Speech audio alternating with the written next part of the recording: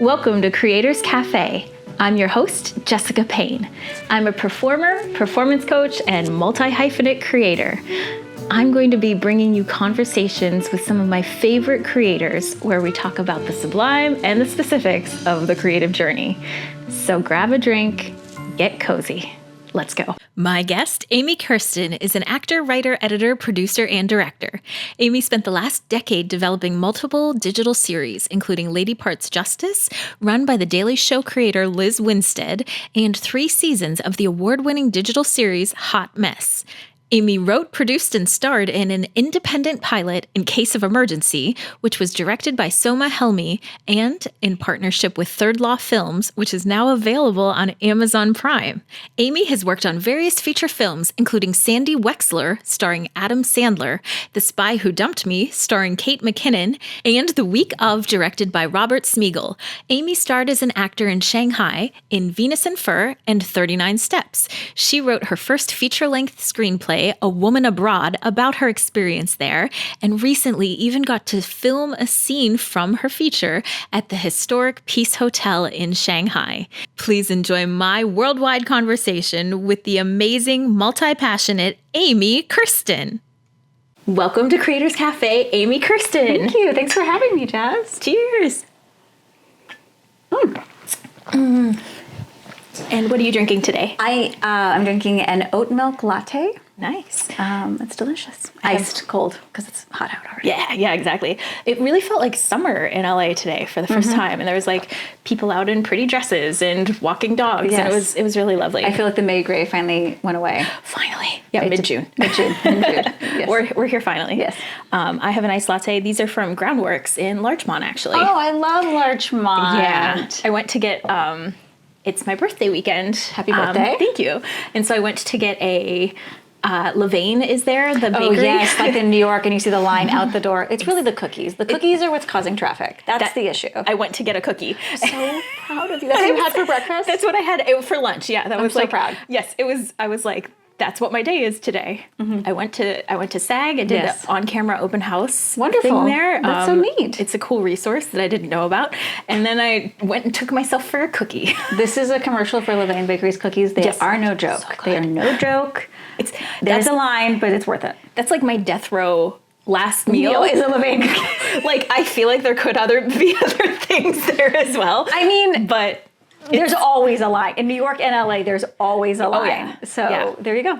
Yeah, so good. So yummy. So how do you think about yourself as a creator? As a creator, this is such a fun question. I feel like you always, when people like me, like you freeze at parties, you're like, what answer do you need to hear right now in order for me to maybe get a job? Yeah. Which is so sad. But it's so real. It's so real. So I would say I am a filmmaker. And, but, you know, I think a lot of people say storyteller, but that to me feels like a little woo-woo and not practical. So I think I'm a filmmaker, practically speaking. I would say I love theater as an art form, but I wouldn't say it's my career. It was something that I did do and I might do in the future for creative expression, but it doesn't really, I don't think it's something I'm doing professionally ever. You know, I think filmmaking has sucked me in. But in all aspects of filmmaking, I am a writer, I'm an actor, I direct now the things that I write because I also edit those things. So I came into storytelling from like both ends. Yes. And it has crafted how I tell stories and how I help other people tell stories. So I think that's probably the best way to describe it. Excellent. So I love that we have this weird connection where we're chasing each other across the country. And we just added up, it's been 10 years. Yes. Which is like not okay, but so beautiful. So wonderful, yeah. Great. Yeah. Fantastic, yes. Yeah, so my husband Kyle, his best friend from high school, Alex, is married to, who was your roommate, Jimmy? My roommate, Jimmy. I met Jimmy at the Williamstown Theater Festival in 2007. We became instant, just soulmates. Yes. And we were roommates when he met Alex through a proximity app. And then, so he was always like, I think at their wedding, they were like, if Jim hadn't moved into Amy's living room, because we were scrappy then, he wouldn't have met Alex because Alex was living in Brooklyn at the time. Oh, you're the connector. I take partial credit for renting my living room to Jim at a time we both needed cash. There you go. That's so perfect. So poverty, honestly, does have a lot of happy endings, you guys. It just worked out. It worked out so well, and that's how we came into each other's lives. I'm so glad. Yes. And now we both did the New York thing. Yes. And don't need to do that again. Nope. So happy done. I did it. Glad to be here. I still have my 212 cell phone number that I just keep for like street cred. I have 646. Oh my God. I have that's so great. Yes. Keep it. And people comment all the time. All the time. This week I got somebody say, "Oh, New York, It's where?" Honestly, it's my Bitcoin. I'm going to sell it someday for so much money Yes. because it's all I have for retirement is my phone number from New York City. Yes. I mean, but somebody's going to buy it. So because they're out, because you don't know, it's like those numbers ran out for cell phones. Yeah. Especially the 212, the landlines with 646, which was the OG cell phone. So it's like people in New York want them. It's kind of a weird status symbol. Yes. Okay. So I know you from New York. Yes. But now we've both been out here for a decade. Ish. Getting on it. Yeah. I'm coming up, I guess, on 8 years. 8 years. Congratulations. Which is wild. Yeah. LA time is like unlike any other time. Because when you're happy, time passes quickly. Yeah. Yeah. There you go. Anyway, continue. Yep. No more comments needed. Yes. Good. I'm so glad. So not everyone is able to make that kind of transition from the professional theater world to the film and TV world. Yeah. What was your first in, and what did that look like? So actually, I got my SAG card when I was very young, around like 6 or 7. Whoa. A talent scout came to my hometown in Kansas City and was scouting kids for a commercial camp that then kind of fed kids through the system in the 90s. Yeah. And so it was a crazy thing where like I wrote my own monologue for this weird showcase. I don't know what was in my head at the time. And then I got a commercial agent and I booked a couple commercials in New York. And then, so that got me into like, and that was the very first time I think as a kid I'd self-actualized as a younger sibling. Like I was always kind of in my sister's shadow because she had this wonderful voice and could like sing at the age of 3. And so I think that was just the very first time that I self-actualized was actually on camera. Like all of a sudden I was being rewarded as a kid for something. So I did do a monologue in a theater setting, but it led to TV and film where that really... So then I came back to Kansas City and I started doing theater there. But strangely enough, when I really look back on my life, I was like, being on camera was always first. And then writing my own work also came out of that. So the funny thing is I was like, oh, you look back on your life and it is kind of all sort of scripted in a weird way. It does actually make sense. Like all the breadcrumbs were there already. Yes, but you don't really train in film and TV. You train in theater thinking that theater will lead to film and TV, which I don't actually think is true anymore. But the narratives we were being fed back then that you should get a BFA in theater. And so I did theater in high school and local theater in Kansas City while auditioning for TV and film stuff up till a certain age. And then I wanted to go to school in New York because that's where I had my first self-actualization experience. That was sort of the Oz for me as a Kansas girl. Yeah. And I thought I would do theater that would lead to TV and film. But ultimately, I realized theater was not, for a bunch of reasons about New York, theater, I was not progressing as a theater person in a way that was satisfying to me. But I kept getting cast in like web series. So... And I was SAG, so I was working on set as a background actor. So I would get like featured background parts where I got to get paid to sit around for 12 hours a day with nothing to do. And I had gotten a settlement from an accident where a television had fallen on my head at work, which is the whole crazy other story. There's probably there's a podcast about that somewhere. Anyway, so what happened? So I basically knew I had some money coming. And I had been cast in a web series that was not what I wanted to do, but the DP and I bonded. And so then I was like, hey, I think I want to get a camera and shoot my own web series. And this is like 2008, 2009. Yeah. So this is before DSLR cameras had come out. Yeah. And he said, why don't I shoot it for you for free? And I was like, as opposed to you buying a camera, because I don't think it's going to turn out well. And I think Ken just saw in me a smarter person to hang out with. Yeah. And was like, why not give this woman a chance and give her a day of footage and see what she does with it? And ultimately, he just handed me the footage. And so he was the one that did the shots. He said, you need a wide, you need a medium, and you need a close-up. So he's handed me this footage, and it was mostly me acting on camera with my roommate, Mary, who later would be in case of emergency with me. Yes. Who also knows Jim and knows that. I mean, everyone knows everyone. Yes. Anyway, so he just handed me the footage and said, I think you can figure this out. And I'm so grateful for him. It's like the smallest act that this person did. He probably didn't even think about it that much. But like that set the course for like, honestly, the rest of my life. Wow. Because then I would go sit on set in background doing nothing, like movies like Margin Call, where I was, I'm just sitting there for hours. Yes. And I taught myself to edit in iMovie with these shots that he'd given me. And I was like, oh, you start with a wide and then you go close up. And then I also taught myself on camera acting in that process by watching my raw and cutting it and going, if I'd said that line faster, this would all work much better. Wow. And so I was teaching myself on camera acting as an editor. And so that started with this web series called Hot Mess. Yes. That ultimately had 3 seasons. We're the first web series on Kickstarter because this was all a long time ago. And then the DSLRs and Final Cut X came out, and we really became a creators industry to start making stuff. Yes. And then from there, I started editing other people's content or getting cast in things, and being able to do my own post-production led to me being able to create a lot more than the average person because I didn't need to raise money for post. Wow. And so and there's a whole other thing about how I got like my first TV auditions from this skill set as well and whatever, but that's kind of how it all got started. Wow, I love that because that's definitely been a hole for me, is that over the years I realized I was making things, but then even if I was working with an editor, if it didn't go the way I wanted, they moved on, or they lost the footage, or they gave it to me and said, this is the best I can do.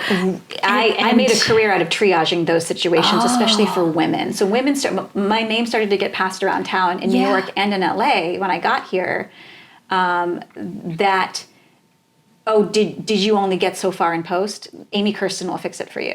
Because I'd gotten myself in so many pickles in post. Yes. And I realized that women were not being heard by their editors. Often were men, and not men with the top-notch social skills, because that's not really their job. Their job is to sit in front of a computer and do their thing, and it's a very technical job. Yeah. But I was like, there's a dialogue here that needs to be happening for women. They know what they want. They don't know the language to get what they want. Yes. And they don't know what's possible with their raw footage. Yes. And so I really love that skill. I wish I had talked to you, because I was treated pretty poorly actually by people that were, either I was paid or they offered to do X and did a third of that and were mean to me. And I just at that point, I didn't have the language to kind of push back or ask for exactly what I needed. And there's so many projects, I'm sure, that are just sitting in a file on an SD card somewhere in LA. I mean, so many women, raise $20,000 on Kickstarter and do it, and then they can't get it across the finish line, and it's through no fault of their own. It's people quoting them too low of prices and then having to move on or whatever. And I just think, I even work with actors now. One of my side hustles is teaching. I do this thing with actors where we film footage for their reels, but it's treated like a master class where they weigh in on the script, and then we shoot like a TV show would shoot. So not a ton of time, 2 takes max. But then they sit with me in the edit. That's where I just came from. And so we sit and we watch my director's cut, and then we watch the raw footage, and we have a conversation together about what should the final cut be and how should it work. And some people get very technical, and they say, is there any way that I can merge these 2 takes? And I said, yeah, what we do is we'd go back to the wide, then we come back here. But if we pick up here, your hand gesture won't seem out of continuity. And they said, I like that. What about this? And so as soon as an actor starts learning the rules of cutting, their brain starts to go, I know how to make the movie I want. Wow. And so I do think that I wish that this is something that actors could learn more, because you'd be surprised how much it affects your performance on the day and also the final product. And if you're paying for it, you're the producer, and you should get final cut. Yes. Done. Oh, wow. Wow. Sorry. Well, thanks for coming to my TED Talk. I needed that TED Talk. So for one, welcome as well. Yes. And so I do think, it's not exactly a career, but it's a passion of mine to empower creatives to understand how post-production affects their story and how to get the story they wanted to tell. And I think there's so many people who were maybe trained in theater where the focus is so much on acting, but then want to work in film and TV, where the power really of finishing the story lies in the editor's hands. Oh my gosh, so much. Yeah. And you don't realize what you're giving up when you hand over your raw footage. Yes. It's hard. But it's, a lot of filmmakers came up as editors first, and that makes a really good director. Yes. So if an actor wants to direct their own project, I say edit something first. If you want to direct your own feature, go right ahead. You're the master storyteller, but make a short film and you have to cut it. and then you will learn how to direct a feature. But until you do that, you don't know how to do it, in my opinion. Yeah, and you just see so much more once you've done that. Well, you also just shoot efficiently. Yes. You're not feeling like maybe this is the shot I need. You actually start to just know in your head, like I'm cutting on the day when I'm shooting for the edit. Mm-hmm. Yeah. Yeah, and you don't have a budget because you don't have a budget. Right. So it's the cheapest way to do it, you guys. Yeah. So did you edit Hot Mess then? Yes. That was the first thing I edited. Oh, so wow. so that when Ken shot the first episode. So yes. if you want to go deep in the archives, there's an episode where I climb a fire escape in like a cocktail dress, and I have to break into my own apartment because I think I've locked myself out. Yeah. And then I crawl in my own window, and then I go to the front door and I open the front door and I pick up the jacket, which I've shed in the heat of passion to go, climb my own fire escape. And I pick up the jacket and you hear the keys. So I had the keys on me the whole time. So I climbed my fire escape for no reason. Did that actually happen? Yes. So that was like the pilot episode of Hot Mess. I wanted it to kind of be like a Buster Keaton black and white movie. Yes. So I did it as a silent film and I put in little titles. That was the first episode. And then the second episode is about when I got robbed. And I didn't know I got robbed because the place was so messy. And Mary, my roommate at the time, she was the first other actor in Hot Mess, Mary Catherine Greenawalt, who's a wonderful actress.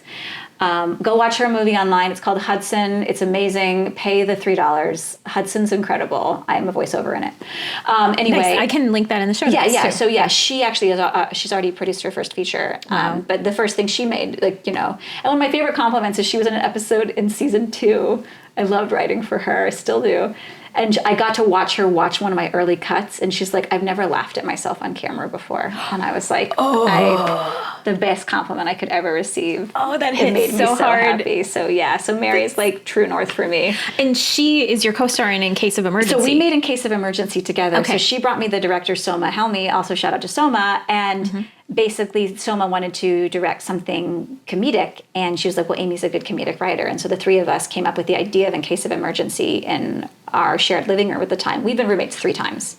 So we were roommates in our early 20s in New York, our late 20s in New York, and then our early 30s in LA. Wow. So we both would always find each other. We're very different people, but at the bottom of each of our, whenever we were at the bottom of our emotional life sometimes, but often just financial life, we would live together. So before Jimmy moved in my living room, Mary lived in my living room in Brooklyn. Wow. So it was a 1-bedroom, but it was her studio, my 1-bedroom. We had like a curtain. It was so pathetic. Whatever. Anyway, so Mary and I made In Case of Emergency together out here. Yes. And it was through our connections that we just kept. This is one of the things I wanted to share is I was like, we just started to make it. Yes. And I was like, Soma's like, well, I'll just shoot it on my little Canon. And then I wrote it, and then we were like, well, where could we shoot? What locations do we have? Because we wanted to make it about 2 women that are become each other's medical emergency contacts. Because after a certain time, if you don't have a significant other, your mother is not the best person to list as your medical emergency contact for many reasons. Yes. So the scene opens in a women's health clinic, and she has to list her emergency contact. And so she was like, fine, I'll write this random woman down. It's I'm living with now because of the plot of the thing.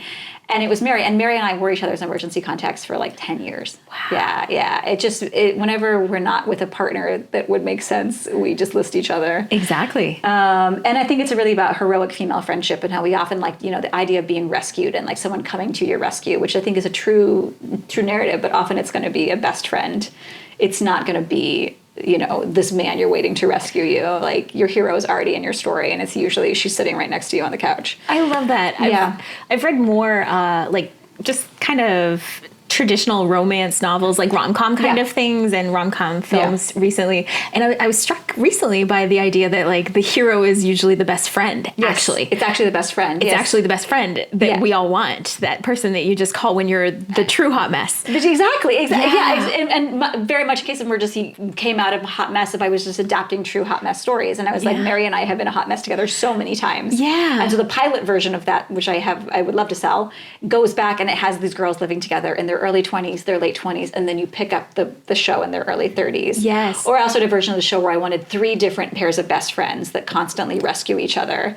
And so you get some different cultural backgrounds, some different stuff, and then we bounce into each story. But I've always wanted to make a TV show based on true stories, and we collect true stories and they weave their way into a plot of reoccurring characters. I still want to make that show someday. I just don't know what it is. Yeah. But I'm really passionate about creative adaptation of a true story, but not just telling it, but weaving true stories in, and then maybe having the talking heads of the people that actually happened to appear at the end and say, no, that actually happened. You know, we were in the White House, and you know what I mean? Like, she knocked over a statue and we had to like sneak out the back. Like, I want that, you know, the director's cut where you get the behind the scenes. I love the idea of seeing the real people tell the story, and then the audience gets to then creatively see how it got woven into the scripted fiction version. Anyway, that's a longer conversation. But in case of emergency, what I wanted to say on here is that what made that possible, and you can go watch it on Amazon. It might be $1 now. It used to be free on Amazon Prime. Sorry, I didn't make that choice.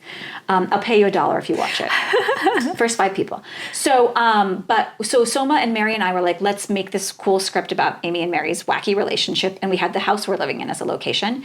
And we also used to get our water from this lady down the block called the Water Plant. And we're like, well, Leslie would let us shoot in there. So there's 2 locations.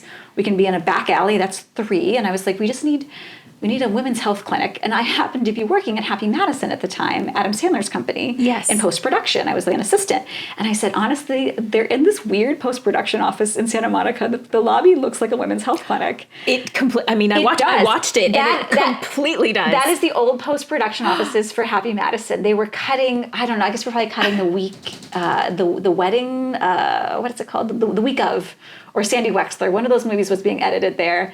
And Happy Madison was so kind to me. You know what I mean? Like, I'm not of that world, you know, but they were such a sweet family. They were so kind to me. And so when I said, can I come with my friends on the weekend and turn the office into a women's health clinic and shoot this thing? They were like, yeah, it's fine, Amy. Just, you know, lock the doors when you're done. So but then we cast this one guy and said, who is going to film this? And we said, oh, we don't have a DP. We're just going to do it ourselves. And he said, my friend Alicia would do it. And so then we met with Alicia, and I said, oh, Happy Madison is giving us a location. And she goes, that's really cool. I could bring some of my people in. So Alicia Robbins filmed it for us for free because she happened to be between projects. And so, again, I'm like, and her company, Third Law, essentially produced it with us and put their name on it. And then Alicia would go on to, like, DP, Grey's Anatomy, and Bridgerton. But it's all because... That's incredible. So I just asked Happy Madison to let me shoot on Saturday morning, but then that looked really cool to an outsider coming in that I had scored that location, even though I was nobody there. Yeah. And Soma was this like up and coming cool director, and so she looked cool. Yeah. So by just sort of starting to get your ducks in a row, you'd be surprised how cool that looks to somebody from the outside who could add to your project. Yeah. And so I just want to share that. It's like, what resources do you have? Yes. Just put them together and see who else that draws in, and you'd be amazed what you can do with no budget. That's incredible. That's my big pitch. I love the idea that resources does not equal money. No, it doesn't. It's friendships. Yeah. Because I think the real currency in Hollywood is relationship. Yeah. And, you know, and you can get money from, you know, a dentist in Wyoming, but somebody's uncle that like believes in you, you know what I mean? Like that's going to matter. That's going to matter more than how much you could pay anybody. A favor is always worth more than what you could have paid for it for like 1,000 reasons. And then if you do pay for something, you build relationship inside that. And I can, you know, tell a story about that in a little bit too if there's time. But like, I've just found that everyone's like, I'm really bad at raising money, but I'm really good at getting stuff made. And so I'm just trying to figure out what that looks like down the road. But also, I will say in this climate, like right now, the industry is very slow in LA, and we're all just bartering like crazy. Yes. Like I met with the camera guy who's like, listen, I might need some editing for my reel. And I was like, I need some lenses. He's like, let's swap. I'm ADing a friend's thing, so she'll do a casting deal on one of my things. We are all bartering like crazy because we're like, we need to stop begging for money from people that are not willing to give it and don't spend it properly and just start making art with it. We don't need them to make art. They've convinced us that we need them to like pay them so that they can pay us so that we can pay you. And I was like, or we just trade. Yeah, we just make it together and make it work. So yeah, so I think we're in a barter stage right now. or just like we're like reinventing what the model looks like from the inside. Yeah. Which is in some ways exciting, as depressing and scary as it is. It's also exciting. It is exciting, and I think, you know, that being in control is the most important thing. It's not being funded, in my opinion. Yeah. Are you ready to be confident and comfortable in front of a camera? Well, my name is Jessica Payne, and I would love to help you. I'm an actor, acting coach, and the host of the Creators Cafe video podcast. I have helped thousands of people to learn the skills of a Hollywood actor to be more comfortable in their body, voice, and mindset whenever you press record.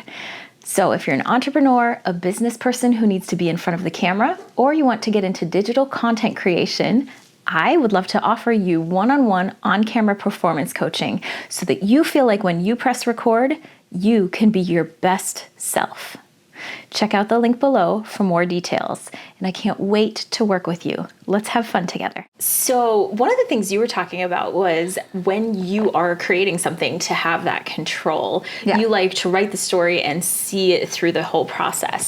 And I love how you combine that with your love of fiction based on truth in A Woman Abroad. Oh, yeah, thank you. So, segue. So I love how those through lines kind of combine in this huge, beautiful project. Thank you. So can you talk about what that project is and where it is? Thank you. Yeah, so it's my first feature-length script that I started in around 2016.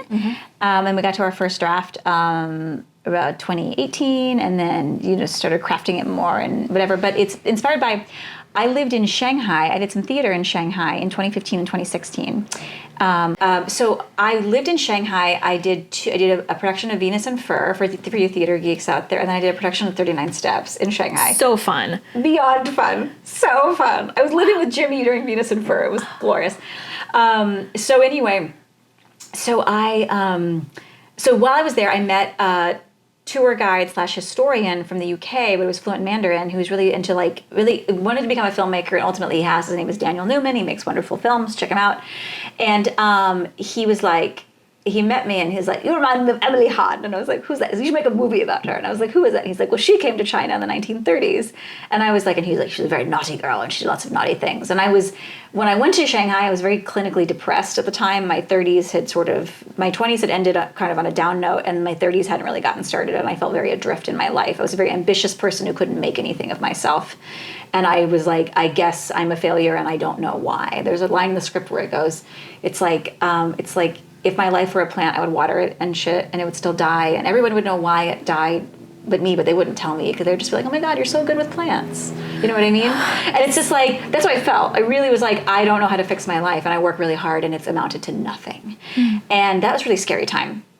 And so I went to Shanghai, and my entire world did a 180, and it was like this magical world where all of a sudden men weren't rejecting me; they were pursuing me, and they all had accents. They were handsome, and I was like, "This is not like New York City." And then also I was on the covers of magazines, and I was in the play of my dreams, and I was in Asia, so this upside down world, and everything was affordable. Where in New York I couldn't afford a cab, in Shanghai, a cab was $1. So it was this very upside down world. And then I started reading about Emily Hahn, this prolific writer from the 1930s that was she wrote for the New Yorker for something like 60 years. She's written 65 books, traveled the world alone, did all this really cool stuff, and went to Shanghai and from New York in a similar state. And then Shanghai also was a blossoming place for her. And I thought, oh, there's a movie here. And I was like, it's like Julia and Julia, but slutty and in Asia. Let's go. And that's still the elevator pitch to this day. That is a fantastic elevator pitch. It works. I mean, and honestly, it's 2 floors and you're done. Even if they're going to the 3rd floor, you got them. It's great. And they're going to remember it forever. Forever. So the movie is, I tried to get the life rights, and the family unfortunately decided to give them to men, trying to make her life story as a biopic series, which it deserves to be that, but they've yet to make it. And I go, if you'd given them to me, we could have already made the movie by now. It's fine. Pursuing life rights is rough. But ultimately, I was inspired by, I consumed her writing. I just consumed her life story. And also by consuming her out of 2016 into my transition to LA, seeing my life through her lens, it pivoted my view of my own life. That I was I loved that my life was mirroring hers in any way, shape, or form. I was just thrilled, and I got to see where her life went because of that. And it really just made me so. I was like, I'm incredibly grateful for the freedom that my failures made possible. Wow. And I still stand in that today, many years later. So anyway, I wrote the movie, and then I couldn't get the life rights, so I started journaling in her voice. I wake up every morning, play the same playlist, and channel her, which is kind of woo-woo, but it's some of the most beautiful writing I've ever done. So anything that you read in the script that's voiceover, that's stuff I wrote, but I wrote sort of channeling her in character inspired by Emily Hahn.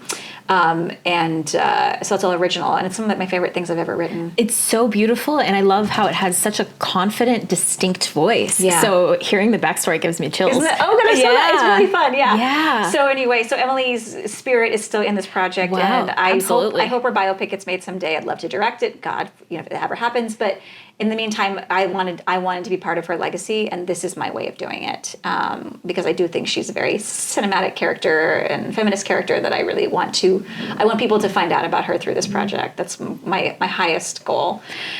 And also, it's a love letter to Shanghai, which China, over here, people just hear China and it's this monolith of culture, and that's just completely not what China is at all. And, obviously, we look at China and like human rights violations and communism and censorship, and we go, oh, I don't know, but like that's what gets reported to us. A country is so much more than that. A country is its people, it's its history, and Chinese history is actually fascinating and so different from ours. And in a lot of ways, there's like deep feminist lessons in Chinese history that we don't know.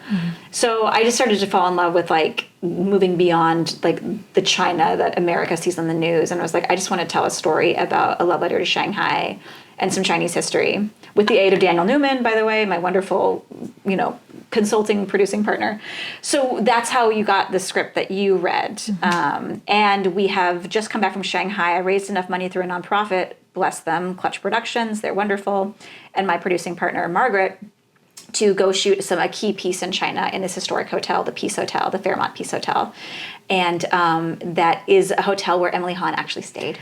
It's incredible, and I loved watching looking at your pitch deck and seeing the pictures of you filming. And I actually got to perform in Shanghai. No way! Yes, I was. So you know. So I know, and I was in Shanghai for 10 days performing. Oh, and wonderful! Yeah, and so it's such a special, really cosmopolitan, really interesting city. Yeah. So kind of getting to revisit it through your eyes and through her eyes was really fascinating. Oh, that's so cool. I had no idea you'd been. So you get it. It's such a magical place. Yes. Yeah. Oh, that makes me so, so happy. Yeah. And I had no idea of her as a person. Yeah. And so just hearing her history was really inspiring. That's so, I love that. So, and I remember when I went there for a research trip in 2018 and I found her first apartment. And I figured out the maps. I was like, this street used to be named this street, and so this must have been the street, and it was in the red light district, so it was here. And I found her first apartment, and so I was like, this is where this person actually lived when she was here. And I got really emotional. Like, I got really, really emotional.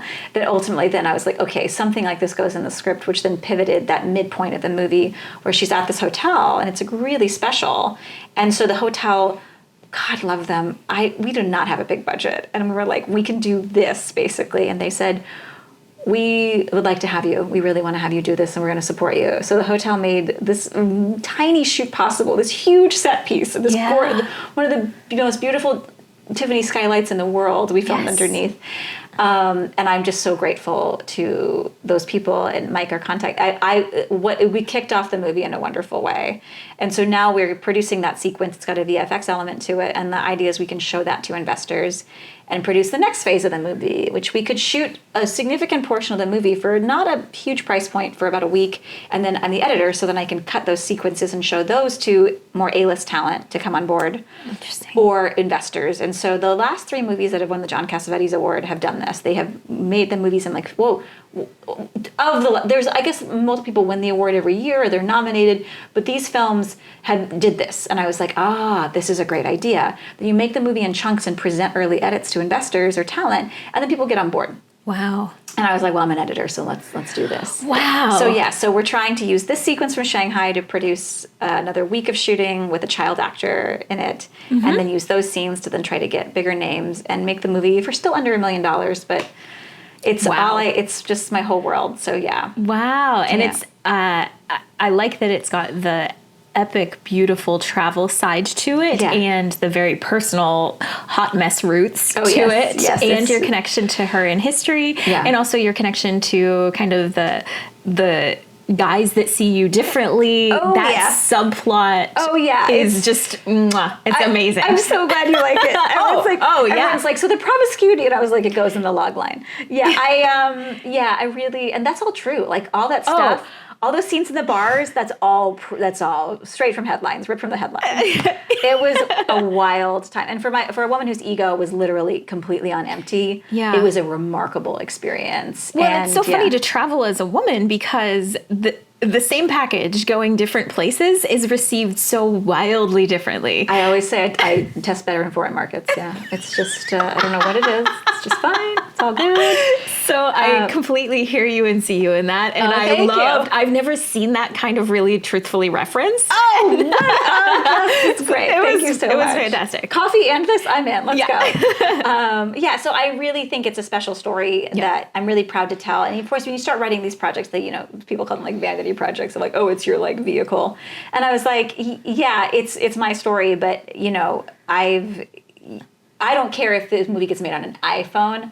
I want this movie to have been made as part of my career because I want certain women at a certain point in their lives to see this movie. Yeah. Because I feel like I was given such a gift. I got my life back by learning these lessons. And I see a lot of women that are just like stuck and they don't know why. And I'm like, it's because you've been fed a lot of really bad narratives and you just need this one thing to wake you up. And I think it would help you live a life that is like, that is coursed by you, that you aren't in a maze that you didn't pick or didn't design. And I think we don't always realize when we're in those mazes. And I don't care if you got married at 21 or you get married at 45 or you never get married. It's not about that. It's about like what gets prescribed to us and then what we accept. And I was like, you don't have to accept any of it. Yeah. And I think, so I just, and using the fairy tale narrative and then flipping it on its head with Chinese narratives, I was like, with like historic Chinese storytelling. There we go. Also, I would like to call bullshit on the fact that you, as a woman, putting yourself in the center of something should be called narcissistic in any way or a vanity project in any way. Because if we don't see ourselves represented and we have a passion to put ourselves in something, that's power. That's not vanity. And I will say it's like, a lot of people are like, well, like, people are hearing this, like, I'm like a white-bodied individual, you know what I mean? And it's like, never once would I ever be like, oh, well, there's so much diversity right now, there's no, like, there's like less demand or less roles for women like me. I'd be like, never in a million years. And, I see some people that are like... I have heard that exact same thing, and it really upsets me. And I was like, hey, two things. No. All my so I have television credits now, and I didn't when I got to town, and they are all opposite people of color. So space was made for me as an up-and-coming actress because the leads were people of color. Wow. And they were also directed by people of color. Wow. And so I was like, you're looking at this wrong. You know what I mean? But that's a whole other story. But that being said, why not, like, I have it's like, if I do have any white privilege, then I should use it to, if I want this, I should tell my own story. And then along the way, I should also be like, are there people of color that I can empower along the way? Can I collaborate? Can I tell an intersectional story? And my hope is that that's what this is. Right. That it's not just like a white woman going to China finding herself. Like, I was like, no, it's actually... it's the opposite of a white savior story. Fingers crossed. That's not what I want at all. Right. I really hope that it's the young, the Chinese girl who saves me. The Chinese 8-year-old. Right. The literal girl. Yes. A Chinese child who doesn't speak any English is like, question mark. Yeah. I think, so I really, and I worked with a lot of projects and I've been mentored by a lot of storytellers that have really helped me, check in with my bias and then try to move around it, past it, or through it. And I think I've let go of most of my, like, I wrote a story about a middle-aged white woman that I'm trying to tell, you know what I mean? Yes. But I do think I'm hyper aware of it. Well, and I think it's really important to be respectful and aware and see who's at the table and make sure everybody gets to be represented, but also we also get to be represented. And I think sometimes those of us that are aware, like, I don't want to take up too much space, like, you know what I mean? Like, we're trying so hard, and it's like, no, you're still allowed. And like any of my, like, the people of color that I worked with, and I worked with on like a race podcast that I'm really proud of, and a few people, everyone's like, why you don't stop hiding behind that chair? Like, you're part of this discussion about race too. You have a race, you know what I mean? And so it's like, that really helped me just be like, that's not the move, is to like distance oneself. Like with Daniel Newman, he came to me and he wanted to make a movie about Alice Paul, but he wanted to make like a thing. Alice Paul was the suffragette who did the hunger strike that really kind of pushed what president was it, Wilson, to, how we got 100 years of suffrage and Yes. 2 or 3 years ago. And he was like, there's apparently this cleaner in, like, when she was doing a hunger strike that Alice Paul slipped a note to, and that got to the press. So there was this cleaner, we don't know who it was, and Daniel was, what if that was a woman of color? Because Alice Paul historically sidelined women of color to get the job done, essentially, is what was a lot of people said, that she allowed some racists to put them in the back of the parade and all these other things. And so he was like, what if there was a woman of color in prison with her that called her out on that bullshit? Am I allowed to curse on your podcast? Yeah. So I was like, that's a really interesting story. Yeah. But Daniel's a white-bodied man. I'm a white-bodied person. And we went to a few people and they were like directors, and they were like, you guys aren't the people to tell this story. Yeah. And we're like, yeah, we know, but we're trying to tell the story, and we have money and we want to tell the story. Wow. And it wasn't until I found a producer who I trust, my friend Joy, that I was like, I know you're not a filmmaker like we are. Would you guide, we want to do this, we want to do this right. Would you be our guide? And she helped me through some script rewrites, and I rewrote Daniel's first draft because he was like, I am not the person to write this, but this is the story. And I said, I see the story. Let me try to do a draft and direct it. And I worked with Joy, and then we found an amazing actress, Mary, who ended up playing the woman of color, and it was wonderful. And I'm like, people that were like, I don't want to touch this project with a 10-foot pole because I only see white people and it's like a black woman's story. I was like, okay, that's cool. You can do that. But we had $5,000 and a good idea, and we found a way to make it, and we worked intersectionally to do so, and we're proud of it. Yeah. And I was proud to share it with everybody. You know what I mean? And then like the Gina Davis Institute shouted it out at the Centennial. So like, wow. yeah, and perhaps people that, will comment on this and be like, you're too glib or whatever. But what I'm just saying is that, like, I don't think I don't want to touch that because it might be labeled as misguided in like this race conversation. I go, I don't think that's the move. That's not the move to protect yourself. It's the move is to lean in and be like, how can we make it better? Well, and I think it's to advocate for the people that can be empowered and part of the story and create the thing that didn't exist. And Mary was a jazz singer who hadn't done anything. She's this incredible actress. After the March, which is having a premiere in China soon, which I love because that's where Daniel is right now. Mary is this wonderful actress. She spends time here and in Germany, and jazz singer. And everyone's like, where'd you find her? And I was like, she hadn't acted on camera in a long time, like a really long time. Wow. So I'm so proud of that project. And it was made for like $5. Wow. Not exactly $5, but made in like one night of shooting, That's incredible. Yeah. Anyway. Well, I very much am inspired by your passion to see something, but then also see it through to the end. Yeah. How do you like to think about kind of getting things to the finish line? Because you're so good at it. Oh my God. Thank you for asking. I think it's probably something very broken inside of me that just fuels me to like work all night. Okay. And sacrifice self-care. I think it's sad. I think it's sad when things don't get finished. Yeah. You know what I mean? I just think you have to finish them, even if they're not perfect, if they're not your original vision. People show up and shoot things. You know what I mean? There's an alchemy to film. It's a script, and then it's people's energies, and it's the energies on the day. And to not get something finished is to put all that in vain. And creativity is too special to do that with. Mm-hmm. Let it exist. If 10 people see it, so what? Mm-hmm. You don't know what's going to pay off down the road. And so if you get stuck, just take a break. Always take breaks. You don't have to finish something right away. If something is blocked and it's not getting done, it will find its way. Mm-hmm. I wanted to make A Woman Abroad, 4 years ago. But then we could have been shooting, and then the pandemic could have happened in the middle of production. Right. Do you know what I mean? I'm a better writer now than I was back then. The script has gotten better. I'm a better director now, so I'm ready to direct it, where I wasn't 6 years ago. Yes. So the delay actually might have gifts in it. So if you can just see everything as like guided by the universe, thanks Los Angeles. Yes. And look for the gifts that are being offered to you in the delay. Yeah. It will find its way into existence. But as creatives imagine doing a self-tape and not submitting it. Oof. Yeah. Exactly. You did all that work. But if you're blocked, there's a reason you're blocked, and you could take a look at it. But even if it gets uploaded with bad sound or a weird shot, but I think people just lose steam, or they see an obstacle and they're like, well, there's an obstacle. And I was like, is it an obstacle or is it a pivot? Is it an idea? Do you just cut that scene? Maybe you don't need that scene, that one last shot you need to get, or you don't get it and it's done. And then you can submit it. And yes, it may not get into every festival, but it's in some festivals, and your new idea will show up. Yeah. You know what I mean? Everyone's like, why don't you make an easier film to shoot? And I was like, no, A Woman Abroad is the I call it the freighter trapped in the Suez Canal of my career. You know what I mean? I was like, everyone's like, don't you have other movies to make that would be easier? You could shoot like, like at a friend's apartment. And I said, yes, I have those movies. Until I make this movie, I am doing nothing else because I want this. Such a good visual. Right. I was like, everyone's like, if I don't make this movie even on an iPhone, I cannot move forward creatively because I've given so much to it. And it's I want this as my first feature for a lot of reasons. And so, yeah, I'm just being really stubborn.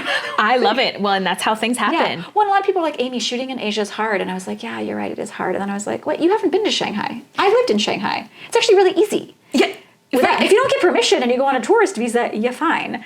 So I was like, I realized I was listening to people that worked out of fear, worked out of restraint. And I was like, I work out of like bad decisions and I get pretty far with them. So maybe they're good decisions. I'm just saying we got a lot of good footage in Shanghai and I didn't have a film permit. Yeah. And I had a tourist visa still. So yeah. Perfect. We'll see. Hopefully we have to go back and shoot more in Shanghai, but we can shoot the rest here if we need to. Excellent. Excellent. Yeah. Oh, wow. Yeah.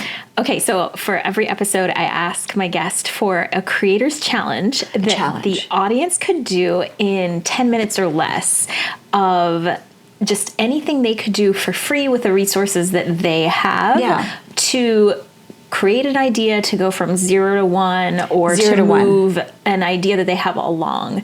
And I feel like you're so good at all of those things. Yeah. You could go any direction with this. I love it. Okay, let's make it like on theme. So was there a time limit? They have to be able to do it in a certain amount of time? Like roughly 10 minutes. Just roughly 10 minutes. So it's not too big. It's like a tiny bite. I want a tiny bite. I think what I want to challenge people because everybody can edit on their iPhones or an iMovie, whatever PC version you have. Sorry, I'm a Mac person. I want to record someone telling you a 2-minute story. So I don't care what it is. Just like this funny thing happened to me. And then I want you to go film stuff around the world. And I want you to combine the two to make a little film. Right? So think of it French New Wave style that like the person talking is never on camera. Or if they're on camera, they're not talking. I want you to use narration. And then I want you to go use B-roll, as we call it.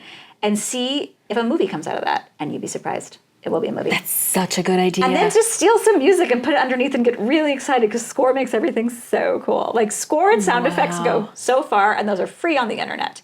So I want it to be like, I want you to underestimate the final product and then be pleasantly surprised by what you made. Yeah. And also what you're hearing and what you're seeing don't have to be the same thing. And anybody can do that. And I think, that's such a good idea. Yeah. And then tag me, please. Oh yeah, tag all of us, please. Yeah. And also, whenever you win an Oscar or a Cannes award, be like, you're welcome. Yeah. Co-producers right here, exactly. But I think, I want you to just go take the story and then go film some stuff out in the world. And some tricks like everyone thinks they have to do pans or zooms. No.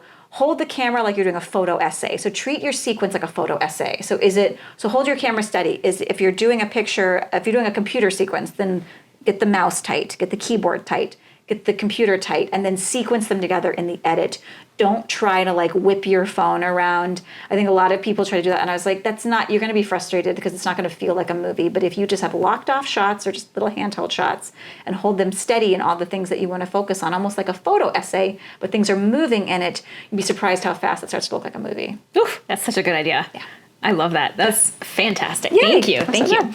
And where can people find you online and follow what you're doing? Okay, great. So there's Instagrams that I deleted Instagram from my phone. I haven't been using it as much.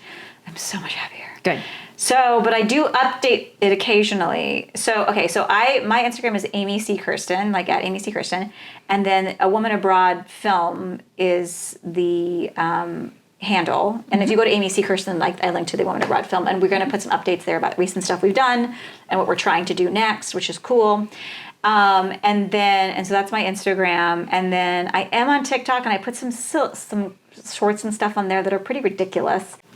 And watch A Case of Emergency, and also if you need an editor for any of your projects. I love working with actors, love working with creatives. I always say I'm a very reluctant capitalist, so my prices are very low. Yes, because I don't like it when people spend too much money on their creative endeavors. They should be able to. I like the barrier of entry to be lower if possible. I think that's, I really appreciate your passion for helping yes. people get over the finish line. Yes, thank you. Oh, and I'm randomly the host of a Netflix kids podcast. What? Called Popcorn Brainstorm, which you can go watch. Adorable. You can go watch. And I am a trivia host for Netflix movies that are like for like kids related. So I love your blend of things. it just all kind of rolls together. Yeah. Anyway, so yeah, you can go listen to me on Popcorn Brainstorm if you want to listen to something with your kids in the car, you know, that kind of thing. That's so great. Yeah. Wow. You contain multitudes. I think we all do. Yeah. That's the thing. Yeah. It's just fun to see it. Oh, well, thanks. Thanks for letting me be seen today. Yeah. Well, congratulations on Thank you. everything you're doing. Thank you for reading the script. I'm Yeah. like so touched. Oh, absolutely. It's so beautiful. Oh, thank you. Thank you so loved much. reading it. Oh, thank you. I appreciate that. I am a fan. Join the community and share your creative challenges on Instagram and Facebook at Creators Cafe by Kika Labs. And also check out my website, kikalabs.com, KIKALABS.com, to sign up for the mailing list so you always know when a new podcast is released, and to check out my coaching and digital courses to help you be a more confident and joyful creator.